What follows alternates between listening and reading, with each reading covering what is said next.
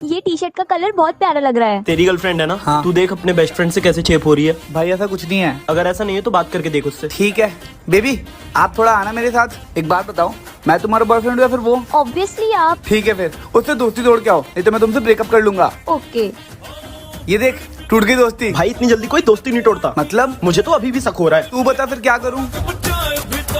Doctor क्या हुआ इन्हें? मुझे नहीं पता, 5 मिनट है इनके पास, बस जो बात करनी है बात कर लो, मैं बाहर जा रहा हूँ। बेबी क्या हुआ आपको? बेबी मैं आपसे कुछ बात करना चाहता हूँ। हाँ जी। क्या मेरे जाने के बाद किसी और को अपने बॉयफ्रेंड बनाओगे? ऑब्वियसली बनाऊंगी। हाँ, सिंगल थोड़ी रहोगी। क्या सोचा, कोई दिमाग में होगा किसको बनाने वाली हो? वो मेरा दोस्त है ना, जो वो हम पिछले 5 साल से साथ हैं। अभी 2 हफ्ते पहले ही उसने मुझे प्रपोज किया है और मैंने उसे हाँ बोल दिया है। डॉक्टर कहाँ है? डॉक्टर, ये आ गया मेरा दोस्त। इसी का सारा प्लान था तुम्हें फंसाने का। और तुम किसका नाम ले रही थी? अक्षय। वहाँ देखो, अब मैं इसको गंगा में बहाने जा रहा हूँ।